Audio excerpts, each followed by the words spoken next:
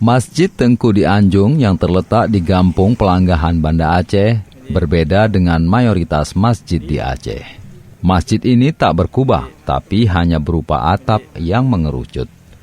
Dibangun pada abad ke-17, masjid ini memiliki sejarah panjang, mulai dari era Kesultanan, pendudukan Belanda, hingga bencana tsunami.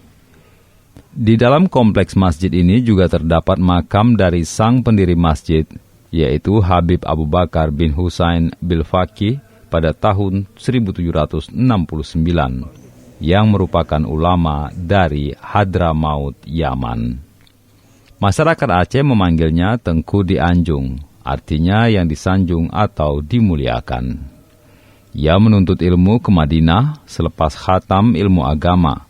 Ia pun berkelana ke Aceh dan mendirikan dayah di lokasi masjid tersebut. Kemudian, Tengku di Anjung dan istrinya menjadikan dayah itu sebagai pusat manasik haji di pintu gerbang Selat Malaka.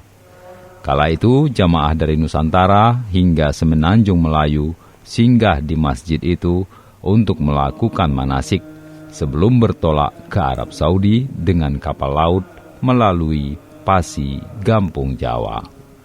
Karena perannya sebagai pusat manasik haji dan persinggahan wajib sebelum ke Mekah, akhirnya menjadi cikal bakal Aceh dijuluki Serambi Mekah. Awalnya membangun masjid.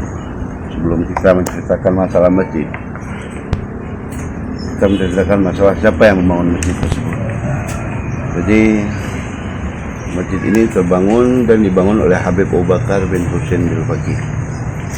Habib Abu Bakar ini seorang ulama yang datang ke Aceh melalui Madinah setelah beliau menghatamkan kitab Hidayatul Hidayah karangan Imam Ghazali pada saat itu di Madinah, di makam Rasulullah.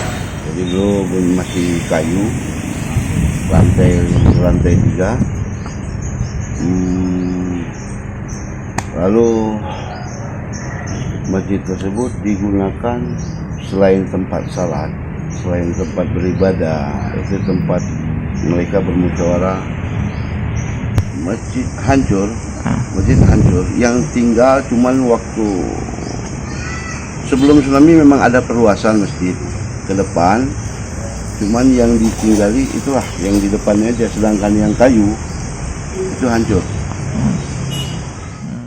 Dari Banda Aceh, Muhammad Nasir, Serambion TV.